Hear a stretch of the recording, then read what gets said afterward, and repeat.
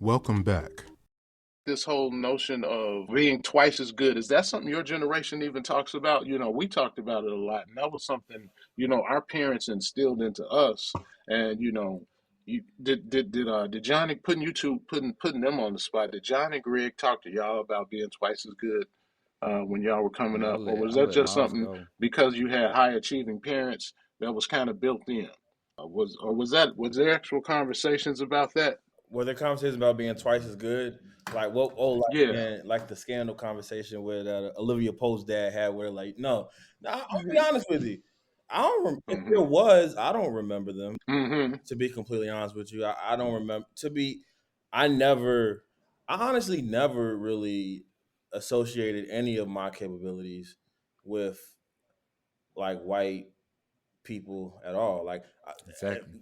as I gotten older and I think about like in grammar school, I never thought about white people. Like like Hmm. I mean, like Yeah. they were there. Like I Hmm. was not an idiot. Like I could see there were differences, but I never was Right. like, oh, I have to That's a be. fact. I have to be Miles. Like I Mm-mm. have to be the best person. I have to. Hmm. It's like, oh, I think through experience and life, Exactly. Yeah. you start to see Hmm. that other people are treated differently, but there was never really Yeah. a mindset where like before you go to school, listen, you got to get straight A's because if you don't, the white person gonna get treated different. Like no, it's like be your best person, be your best, put your best foot forward. It was all about my kind of development as a man myself, not really worrying about what other folks are kind of doing. And I think I think that was a great thing to do, but I also don't think that's too unique for my generation, and at least my Hmm. demographic either. I think a lot of us are kind of more veered in that way of like we know it's there, but that's not the focus that we have. I totally agree. I totally agree with Miles Excellent. too. Excellent. Like, yeah, my pops never was I wouldn't say hard on me like in terms of like, oh, you got to do this, you got to do that, but he was definitely pushing me to be my best self. You know what I mean? To always give my best. You know what I mean? Hmm. If I'm gonna do it, I mean give my all. You know what I mean? Type thing. If I'm gonna do it, let's do it. Hmm. Like don't just be sitting there just BSing it. So it's just like it was never like, oh, you gotta do it. If you don't do it, your life is over with. You know what I mean? It was just more so like you just got to give your best. You know what I mean? Just because Hmm. that's just life, though. With anything you do, you just want to give your best. Because, and I mean, just going through life, I always realized that. I mean, just like he said, like Miles said, through experiences, you learn. Like, I mean, giving your best is just. I mean, it's just how you reflect it. So I mean, it's just like it's just better to give your best at everything you do because people, you never know who's watching. You just never know who's watching or what people are paying attention to. So it's just always good to Hmm. just always do your best. That's just how I was raised. I never looked at it like, oh man, I got to be the coldest black boy out of this because I did go to like prominently. I can't even say it, like prominently like white school. You know what I mean? Like predominantly white school, whatever. For high school or whatever. So Hmm. in a sense, it was like I was kind of like left out. You know what I mean? Like I was like, I mean, I had my friends or whatever, but I never looked at it like a competition is what I'm trying to say. I just always just focused on myself. You know what I mean? I never looked at what the white kids are doing. Hmm. It didn't really concern me. And it's funny that you say that about the school because I was just about to bring that up. I think the schools that I went to really hammered home that idea. Like in my grammar school was extremely multicultural. Like I remember being in classes and my friend group was like it was like this Japanese girl, there was a girl from Mm-hmm. Russia, there was a French person, there was a person from Israel, and then there were like black kids. And then I had my teachers were black. I was fortunate enough to have a teacher that I had most of the time. Shout out to Mr. Brookins. It was like there was no really questions about my juxtaposition with me and white people. It was like you be you, like you like be yourself, push yourself, do your best thing. But I will say that that competition did form when I got to high school. For my first 2 years of high school, I went to a Catholic school in Chicago that was Hmm. predominantly white, and that's where I started to see the real kind of competition.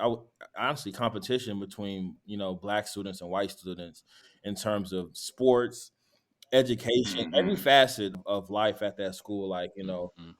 yeah, it was a white Irish Catholic school, so we were kind of the outsiders in that school, and they made that very known. Like the students made that very known. The teachers, I feel like, made that very known. We were treated very differently in ways that I noticed more leaving it, but they definitely Hmm. started to become cliques. Like black people did not really hang around.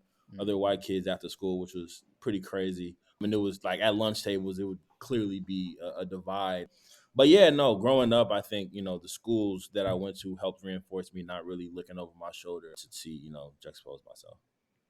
I mean, and I just want to jump off of that. It's actually kind of funny hearing that, because like you coming from up north, and it's like me being down south. Like I honestly never really like. Of course, like there's people who have like. I mean, we're gonna have incidents where, I mean, of course, you're not gonna get it wrong like black or white, but I mean, I'm gonna say like my specific part, my city too. Like we really never had that problem. Like it really was never like based off like race, like which is actually kind of funny though, hearing that from somebody who's a northerner. Like I never really had no like my friends is white. I had Mm-hmm. Asian friends. I had black friends. I had white friends. But I will say this though, like things did change when we graduated though. You know what I mean? Like when we graduated, things definitely started. I would Yeah. say, quote unquote, fell in their place. Or like kind of how like I always would like assumed it to always be like, oh, okay, they staying in that clique. Or I ain't heard from them forever. You know what I mean? That talking about my white Mm-hmm. classmates or even this and that. You know what I mean? Like or like my Mexican. You know what I mean? Type jump. It's just like they just kind of did their own thing and Yeah. ended up with their people. You know what I Mhm. mean? In a sense, but it's like going through a high school. It definitely wasn't something I never paid attention to. But even though it probably was going on, I'm not saying it definitely wasn't. It probably was going on, but it's definitely it Mm-hmm. is interesting to hear that even it was happening even in the northern spots, because from my perspective that is more of like a Yeah. multicultural, like you said, is more. I'm thinking everybody get along, you know what I mean? I'm thinking like, oh, it's all love, you know what I mean? Yeah. It's okay, like okay, that's interesting, you know what I mean? That's interesting. Yeah. No. Mm-hmm. Chicagoland's very segregated Yeah. I was historically. All has been. I was gonna say the same thing. Like a couple of things. One, I'm from Chicago, but it still feels wild to be referred to as the North. Yeah, I'm not gonna lie to you. Midwest, my bad, I never Midwest. figured out I never really. Oh, no, not like. No, I'm saying like I get what you meant, but I'm saying like I Yeah. don't know. I always feel like Chicago is its own place. Like when I think of North, Facts. like I don't know. It's just I don't know. It's just Yeah, it's just Chicago. you got the It north, definitely Chicago you is is a in got its the own utopia south. world. of the North Southwest, for sure. It Chicago, definitely Yeah. is everybody a else. utopia of the Uh, Midwest.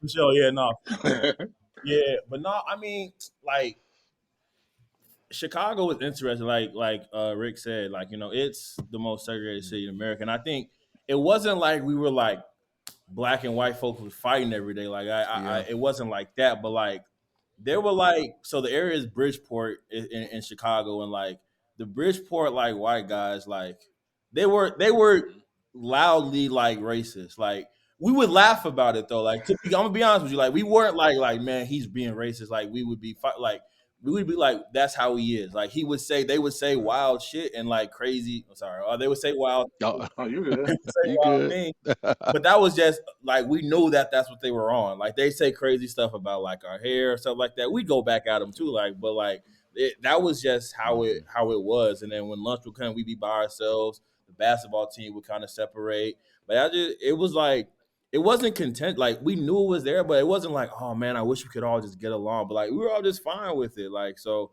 but yeah, it was an interesting And time looking even to back on it. piggyback on that, because I know I do. We might as well dive into it. So I mean, like, just hearing what you saying, like, I feel like and even with the whole media thing, do you feel like it is like? Because I'm gonna just be Yeah, real, like, coming from a kid from North Carolina, hearing about the stuff that goes on in Chicago. So like, I can kind of see, not saying this yeah, right, but just playing devil's advocate for these white kids or whatever. It's like I'm hearing like, oh, you yeah, homeboy, little Ray killed little Tutu, whatever. You know what I mean? For whatever like click he claiming, you know what I mean? Like, and yeah, this is going on every day, but it's like it's like 10 times, like, mhm, you know what I mean? Like exaggerate or whatever to a whole nother extent in mhm, the Chicago, you know what I mean? So I'm not saying it's right that they coming at y'all saying, you know, oh, like racist, whatever. I'm not saying it's yeah, right, but I could definitely see how the yeah, media is even portraying like black kids out of those areas as even like these kind of people, like, oh, like don't mess with him, don't talk to him, he gonna hurt you, or you can't trust him, he'll rob you. So it's like that's yeah, already they coming in and thinking that's who you are, even though they don't even know you. Like you said, like they hadn't even talked to you, they haven't even got to know yeah, you. But it's like It's what I that's the whole media playing that role. That's the whole media just, and like if they really did maybe talk to you, they realize, oh, we got a lot of similarities. Oh, I like this, I like that. Oh, I listen to this, but it's like they too yeah, stuck on the media who image they want you to be. You know what I mean? Like, oh, that's what he is. I know he's that. yeah, He acting like this, but I know he's that. You know what I mean? That's what they believe. Mhm. Isn't that what we said a couple weeks ago? That Yeah. if you say you're from Chicago, Yeah. let's take a step back. Right. Any, Right. pretty much Right. anywhere in the world, right? You say you're from Chicago, they say yeah. Yeah. Exactly. Take a little step back. Exactly. Right. And the crazy part about it too, I'm glad you kind of brought that up, is because my high school experience was a very very pivotal time Mm. in Chicago, because that was when Mm-hmm. Chief Keef and Lil Durk and G Herc, that was my like childhood, like when Chicago was putting on Exactly. the map as quote unquote Chirac and Mhm. drilling on, like that was the music we were Right. listening to in Mm-hmm. grammar school and high school. So that definitely formed the whole Chicago in terms of like what everybody was doing, what Mm-hmm. everybody was listening to and feeling. I think though the issue that I had with it, and the issue that I think people noticed back then, was not them like being, it was more authorities reaction to both of us, Mm-hmm. was that which I think was the issue. Like I think between us, like of course there was fractions in it, but like we would do very similar things. We would be dumb high school kids. Like, you know what I'm saying? Like we would be dumb high school. Like it was an all boys Catholic Yeah. school. We was all in there smelling like, terrible, like not showering, going crazy, like doing like, kid stuff. But the reactions to them were very, very different. And then that, I think, the Mhm. thing that regardless of any kind of external media that they consuming, that they had a direct decision to do. And I think, for me, I actually kind of got separated a lot from a lot of the black kids at De La Salle, was the school I went to, because I was in the honors classes there as well. And there was two or three black kids in the honors class, and everybody else was either Mexican, white, or Asian. And then that I felt For real sure. isolated there. Mm-hmm. That was, I got crazy stories if you want to hear them about that. But like, yeah, no, I think it was more so the upper like teachers and their response to us that was really the thing that was Mm. detrimental. Because as kids, we'll Yeah. figure it out. Like Yeah. at the end of the day, we were separate, but like we would interact. It wasn't like we were like, don't talk to him like it was like the 1960s or something like that. We Yeah. would interact, but administration would treat us both And that's very, so very funny that differently. you said. I guess I guess I just really wasn't paying attention. I guess I was just all up in my own world. But it's like it's funny though, like when I do look back, because it's like I did get in trouble for like it was a moment I did have a moment with one of my teachers in high school where she literally took me out the class for something that really wasn't even, it was never serious. Like I had the whole class laughing. Like, it was, I can't even remember what happened. I just remember she said something and I just made a comment back. It wasn't even nothing disrespectful. It was just the fact that I made the class laugh or something. You know what I mean? Like, he funny guy. You know what I mean? Like, so she just had to make an Mhm. example out of me. Yeah. And the whole time, like I was just standing up for myself, if anything. You know what I mean? Just like, okay, lady, you're not finna just talk to me, like, Yeah. because at the end of the day, I am still a young black male, like, and it was an older white lady. So it was just like I just felt like Mhm. that inferiority. That was just like I felt that smug that. So I just felt like I just felt compelled to just say something back, even though you know what I mean. Looking back on it, maybe I should have been Yeah. the better, you know what I mean, the Mhm. bigger person. Let it go. But even then, as an adult, she's exactly Nope. as an You did adult, what you should have done. Oh, she should have just let it go as well. You know what I mean? But she made a big deal out of it, and I didn't get in trouble for it. You know what yeah. I mean? Like I said to my parents, they obviously thought it was stupid. It was something that it should have never got took into where it got took to. You know what I mean? So it's like it's funny that you say that. It's like, yeah, Mhm. it definitely was in a sense a double standard. You know what I mean? Like I just never paid attention to it. You know what I mean? Yeah. But now that you do say it, like, yeah, that is weird that I did get put in that position for something that small. Mhm. Yeah.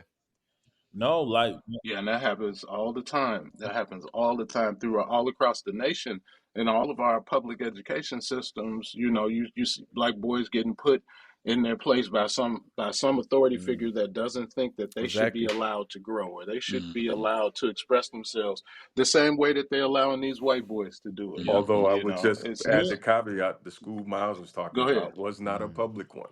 So No, no, no, no, it's no, not just public. You're it's an right. endemic. It's bigger than that. And I It's think mm, he it's was, right. yeah. And just a You're right. couple of things You about that real quick, like just a tangible thing that you all can do. So at this Catholic school, as I said, some of the white students would have like hair, like they would grow their hair out, and very Mhm. long, mm-hmm. right? And that's fine, like whatever. to be between you and I, wouldn't look the best and wouldn't smell the best, right? It was not the most Mhm. upkept, right? But for Right. black students, there was a rule that we could not have afros. Their afros were banned. Mhm. That rule That's has since crazy. changed, I believe. But there was a certain Mm-hmm. length you had to have your hair. And I remember Mhm. vividly having a conversation with my dean, and I was like, "Yo, like, why can't he have his hair is longer than mine? Like his hair is at his shoulder. Why do I have to cut my hair?" They're like, "Cause it's unkept." And I'm like, this is my natural Mhm. hair pattern, right? Like it grows how it grows. And trust me, I Mhm. wash my hair to have these have the Exactly. curls that I'm having, right? I put product in my hair. It's clean. Mhm. But that was not acceptable for them. That was something that they were like, no, your hair is unkept because they didn't, understand us. But like just to put a bow on it, man, like I really do hope that, I feel bad for like a lot of black men, black boys in the classroom, man, because I feel like people don't when we say we getting picked on, I feel like a lot of people Mhm. don't believe it. Like they're like, oh man, you need to act better. Mhm. Like even John, you almost said like maybe I could Mm-hmm. act like, Mhm. nah, forget that. Like one, you're a Mhm. child. Like these are children. Mhm. These aren't adults. Like they're not gonna be Mhm. perfect Mhm. people. But I do think that there's a certain aura that black men have Mhm. teachers can't deal with when it's kind of out of whack. So they're like, oh, we got to put Mhm. like if you say something, oh, we got to Yeah, halt this right now, or if you're getting too much attention in the class, like, oh, he's taking over the classroom, and it's like, no, I'm just exactly. being myself, and that scares them. Mhm. So I feel bad because I think there's a lot of similar stories with black boys going Mhm. through stuff Mhm. like that for sure.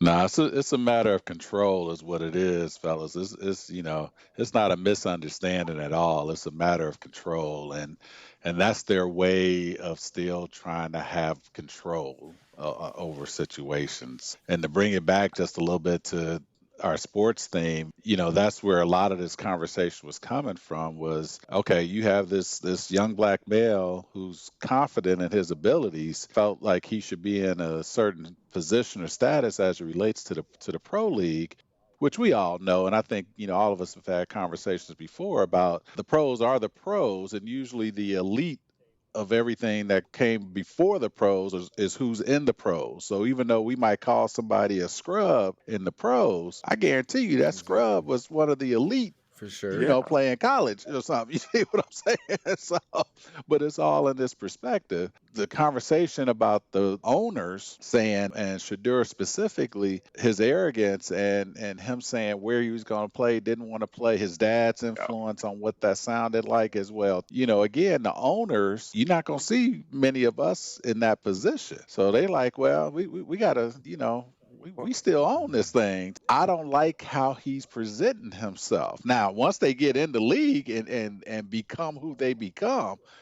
ain't much they can do at that point. yeah. But at the point of you trying to come in, the other aspect I think that got them was that Shador, he didn't need to be in the league for their money. Yeah, Correct. true. You see what I'm saying? He didn't need anything from them except the Mhm. opportunity to play. Right.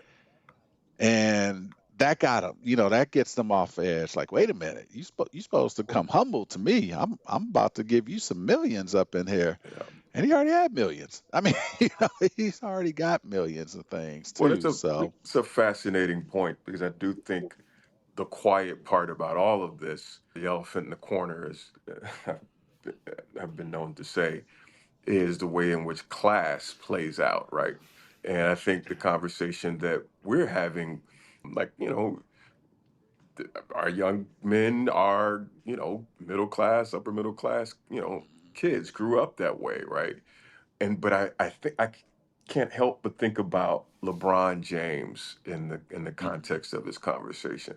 There's a whole there's a whole industry of hate around LeBron Right. James Yeah. that is Yeah. that is really about him being arrogant and cocky. I mean, you can critique his Mhm. basketball and Yeah. all of the ability and whether he's a winner, if he's the GOAT and all this stuff.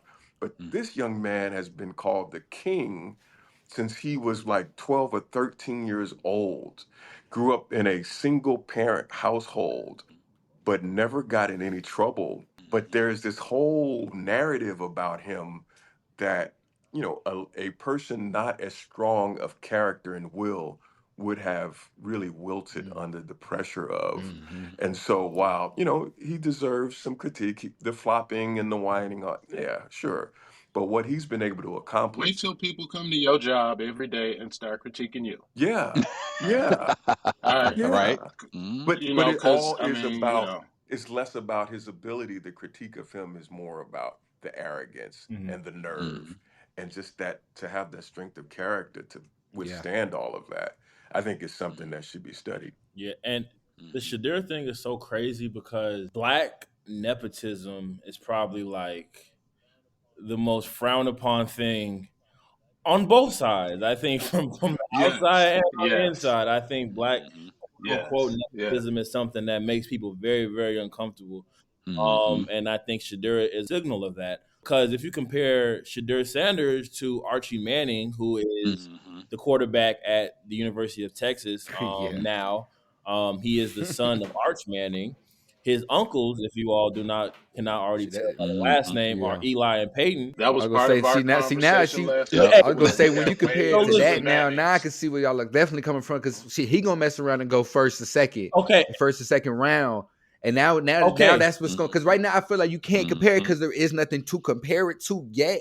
But when that nepo right. baby when he comes and he ain't really did nothing yet, and he gonna end up going first or second round. Now we having He the Mm-hmm. third yeah generation So, facts. Nepo You know what I baby. mean? so, Right. but That's He what the I'm saying. third. He the third generation Nepo baby because Right, right. Peyton and Exactly, Eli were Mm-hmm. exactly. Nepo yeah. babies. So here's the thing that's so crazy about that and why I brought it up is because not even just Hmm. on the draft positioning, because for one, Archie Manning has not completed a full season as a At all. Texas starting quarterback. Mm-hmm. He's already, if you go right now, a projected Exactly. top three pick in the Exactly. next year's draft. Mm-hmm. Another thing about that's so crazy could just be me and how I view things, but I feel like people assume that Shadur Sanders is this rich boy, but I don't get those same thoughts about Archie Manning when his uncles own Omaha Productions. They've been in NFL forever. Peyton and Eli are on every commercial. Literally I don't everything. hear people say that he's a rich boy. Shadur seems much richer than Right. Archie when that ain't the case. And then the other thing that I want to Right, point out is right. that I was But gonna you know say that though, well, yeah, but prime they time, could make that. flashy, Yeah, they could that, make flashy. that You know, it's argument. all okay, been, so listen, yeah. that I will say that is part of it. Prime is a very Hmm. flashy guy, but to that same Hmm. point, man, Archie Manning's family is seen as a bonus. It's okay. Hmm. Yeah. I every time I hear, Yep. listen, Mm-hmm. he's getting tutelage from Eli and Peyton. He Right. grew up in football. This is something like he knows football. But for Shadur and Dion, who is one of the greatest football players we've ever seen, I think people forget all the bravado. He's one of the greatest Mm-hmm. players ever. He has a gold jacket. Athletes overall, writ I'm gonna large. say athletes, they don't use it as a benefit for him. They don't bring up the fact that Mm-hmm. he's been getting all Yeah. pro Hall of Fame cornerback Coaching. knowledge since he was 5 years old. But they bring it up for Mm-hmm. Archie. So it's like it's a weird Yeah, dichotomy. I definitely agree. The double standard is real. It's Mm-hmm. thick. It's right there in our faces. But I'm wondering from Jonathan and Miles a couple of things I would like for you guys to kind of touch on, and that how do you guys feel about being allowed the freedom to express yourselves? I was in the gym the other day. I'm working out. And then this young brother walks by, and he's got his hair is I don't even know what you call it or how you describe it. It's like like if Greg's hair was on steroids right now, it just went in every direction and did Yeah. that kind of thing. And so, this stuff that you young cats get to do. And I was just saying to him, I was like, man, I was like, man, if I still had hair, I would do something like that, because when we were coming up, I don't think we felt the high top fade was really, one of our ways to express ourselves. We Mm-hmm. weren't that level of, Mm-hmm. especially if you were trying to go to college or you wanted to get a job. And Mm-hmm. there was more of this pressure to conform and look Mm-hmm. more like what society thought was acceptable. But I see young brothers now doing all kinds of stuff that I'm like, man, I wish I would have. If I still had hair, I would do something like that. But I'm 50 something years old now. It's not the same. What are you guys, how do you guys feel about how, you're being labeled? How does it feel? Do you feel like society still wants to hold you back like that? Do you guys feel like you have more freedom to do and be yourself, whoever that I is? mean, I'm gonna say this. I feel like it goes both ways. I feel like society, in a sense, does they do like our style. You know what I mean? They want us to be us. You know what I mean? They want us. They trust me. They want us to be the flashiest. Because we are the trendsetters. You know what I mean? We are black male, black young black men, even black women.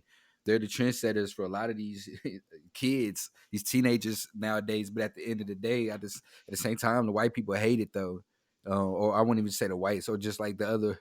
Even a lot of races hate it though. Like I feel like it's more so. I don't know if it's a insecurity thing. Like they don't feel like they have that same swagger. They have that same effect on the masses that maybe like you'll see with hip hop. You know what I mean? Nowadays, like hip hop is touching all over. You know what I mean? Like you see with Sexy Red and stuff like that. She was with Donald Trump had her. You know what I mean? At one of his rallies. You know what I mean? It's just hip hop is just so it's so transcendent. It's like I feel like people just hate on it. You know what I mean? For whatever reason, or just the black culture is just so it's just so cool. It's a vibe. It's something natural. You know what I mean? It was never. We didn't have to take it. We didn't have to steal lands. You know what I mean? They brought us over here, and we still were able to find a culture. You know what I mean? Be ourselves. You know what I mean? And establish ourselves as one.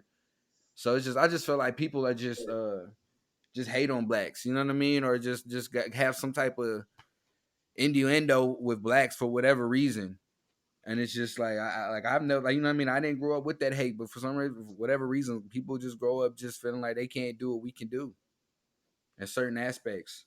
Yeah, I mean, and I definitely, you know, think that the individual is highly pushed nowadays. I think the idea is to be an individual now and be your own person and have that confidence to do your own thing. I think that I do think it's a lot in black men, but I honestly just think that's a societal thing now in my generation in general. I think we don't really have too many. We're a very arrogant generation, which is has its negatives, right?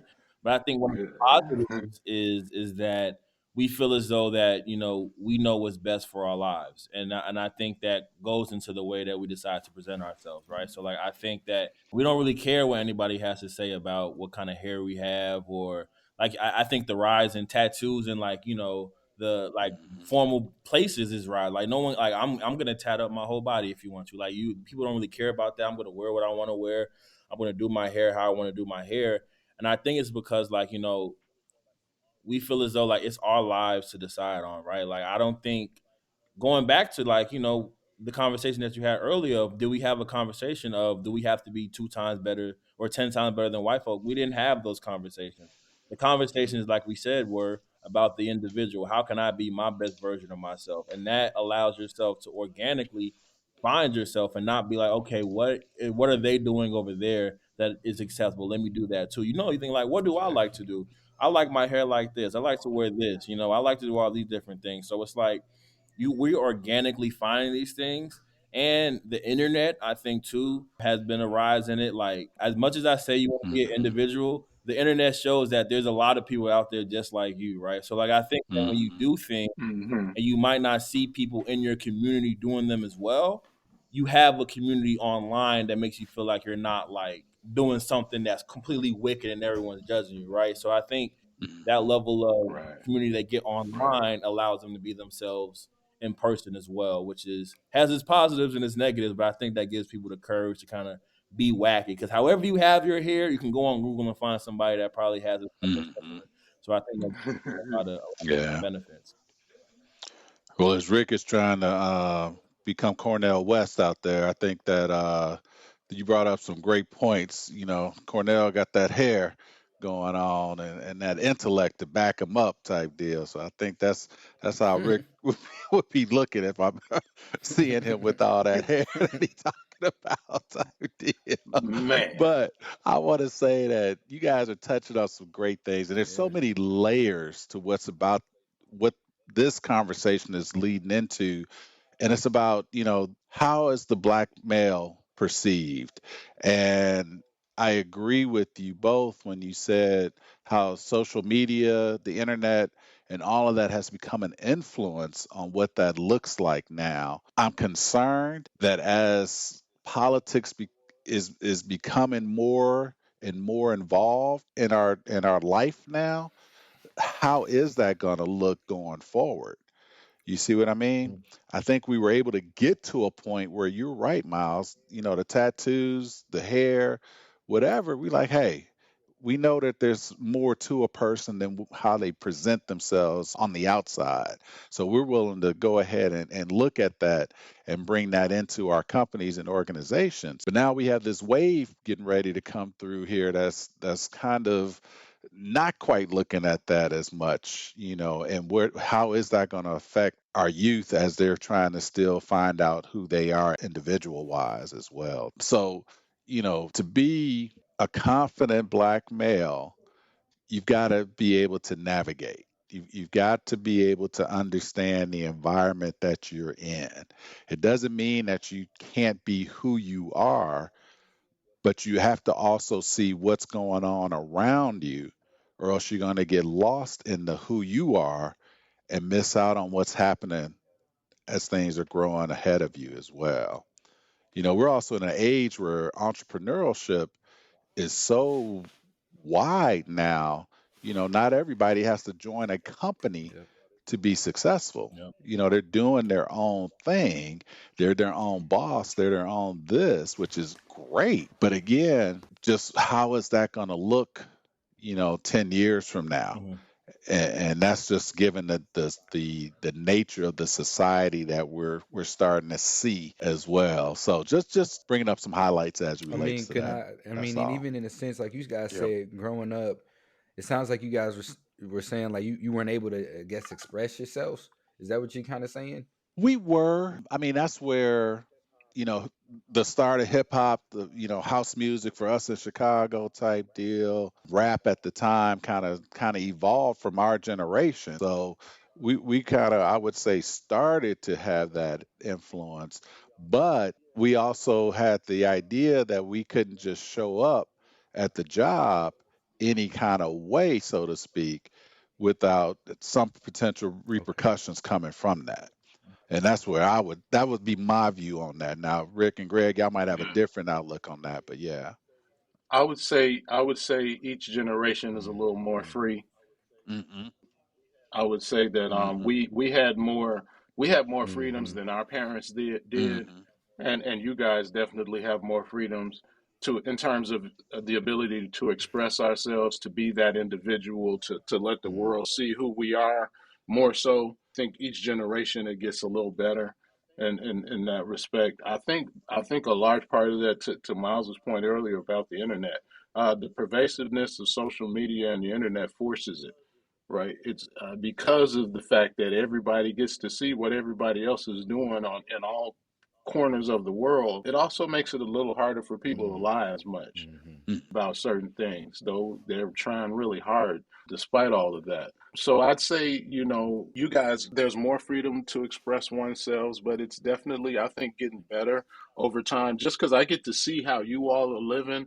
And to me, I see the way you live, and it gives me hope that things are improving. And then to hear you all today gives Mm-hmm. me a lot more hope because of the difference in perspectives, because you guys are looking at the world differently than we do, and those different experiences. So as jacked up as the world looks on the surface, Yep. hearing you cats speak Yep. today just makes me feel, for one, I feel I'm really proud of my brothers, John and Greg, because, we haven't had a conversation in a while, speaking to John and Miles. And the last conversations we had were not nearly as deep as this. And so, Yep. I'm very proud of Mm-hmm. my brothers because I feel like they've done a great job with you two and helping you two become the men that you are. So just very, very proud to be a part of that. So now I'm gonna, as And we if I kind of could wrap. add, Go ahead, son. Go if I ahead. could add, really, I can speak for me and can't overstate the importance of Miles's mom and influencing Mm-hmm. him to be who he is today. And I am No grateful doubt, no doubt. Mm-hmm. for the role that she had. And like we would just be amazed, like this kid, where did he come up with this stuff at? Mm-hmm. And it's just the influence of like a bunch of people, right? And us Hmm. exposing him to things and us being Mm-hmm. open to things. And so I guess the last thing I'll say on kind of this part is, you know, there is absolutely progress, and seeing them being able to be confident and express themselves. The world is also shaping around them too, and Hmm. I think that, whenever there's progress, there's always a bit of a backlash. And I think part of what we're experiencing now is a bit of that backlash. That's what the Shador Sanders part, like all of that, is about. Yeah. It's like a backlash to progress, but progress is here and it's happening, Mhm. and you can hate on it or like it or not. It's just a reality, and I think our these young men represent the essence of what progress means. And I echo that too, Greg. I mean, just to acknowledge their moms in this, yeah, they they are huge influences on these young men as well, and helped us to probably be more open to some of the things that they did. Just to be real with y'all, I mean, we may see you guys as young us, but I think moms is what helped to help us understand that no, you're you, and that's where we have to just continue to understand that. And so proud of you both, and things as well. You guys are just so amazing, and it makes us so proud of all the accomplishments that you both are doing on your own. Mhm. And I just want to acknowledge that as well. I think one of the questions we had before wrapping that up was, though, you're our younger generation, but what are some thoughts that you might have, quickly, for some of the folks that might be, younger than you? So 10 years, let's say, younger than you guys. What would be some advice or some knowledge that you might want to give them? So that's what, like 16, 17-year olds, something like that. Yeah. Today's Yeah. 17-year olds, what would you tell them? Oof, this is a tough question. Specifically about navigating race, opportunity, and keeping your sanity through all of that. Ooh, so in terms of keeping your sanity, it's the most cliche thing ever, but be yourself. Like, I know that's very cliche and then everybody tells you to it, but literally be yourself. Like, don't feel the need to code switch. Don't feel the need to think about other people's ideas of who you are and what you think they think you should be. Be yourself. Be unapologetically yourself. Because as I've gotten older and I've started to navigate spaces with multicultural people, starting to have quote unquote, big boy jobs, and or talking to people that are not like me and different from me. The best I've ever felt is when I'm myself, and they love you, like you, whoever you are, whatever the best qualities of you are. I'm telling you that they will be, they will love that, like, right, like the most times where people have kind of wanted to be around me or I've advanced in my life and my life so far is when I've just been myself, easygoing, laid back. And I think that's important where you asked about keeping your sanity. That's how you keep your sanity. You go crazy when you try and put on different masks every single day and you lose track of them. That's how you kind of turn crazy, right? You kind of like, who am I today? Who am I tomorrow? Who am I in March? So if you're yourself every single day, you can kind of, it takes a couple of exterior factors away to kind of just focus in on your own thing. So yeah, be yourself, man. And people love it. I tell you, people love an unapologetic black man. It might make them uncomfortable. It might make them feel some kind of way, but you'll be you, and they'll come to enjoy it. I promise Yeah, you. and I'm gonna piggyback off of the be All right. yourself for sure. And then I would also like to say, if I'm giving advice to 17-year-old, 16-year-old, I would say, man, just do things with intent. You know what I mean? And also do stuff like out of the kindness of your heart. You know what I mean? Don't just do stuff just because it's the next man doing it. You know what I mean? Or just because it's cool to do. Do it because you actually really want to do it. Because your future self will thank you for it. You know what I mean? Especially when you put all that time in and work in on something that you really want to do. You know what I mean? It's just, I just feel like you got to do stuff with intention in life and now in all aspects. You know what I mean? In all aspects, you got to do everything with intention and make sure you got a plan. Because with the plan, you can go far. That's all I can say. With the plan, you can definitely go far. So that's all I would say is just do stuff with intention and do it with the kindness of your heart. Do stuff with the kindness of the kindness of your heart for sure. Well, with that, I you all have I've learned a lot. This was a great conversation. I think we should try to do this again at least once, maybe more. It just feels like I've learned a lot just listening to you all, and again, the pride that I have in hearing you all and your ability to express yourselves is truly remarkable. And I guess I come away with this saying, there really, even in a moment in time in our country and world where there seems to be so much crisis, there has been progress, right? Like I leave this conversation realizing that things are getting better. Challenges remain, but we've made progress from the days of 30, 40, 50, 60 years ago. And, we have to grab onto that progress and continue to move the ball forward. And then I guess the last thing I'll say is just, that self-awareness part is something that I am like floored by. And because I think to say like move with intention in your 20s is like, wow. That one way I was thinking. I'm just moving, right? The wind, like I had a concept of myself, but that intentionality is not something that I had very much, and certainly not in my 20s.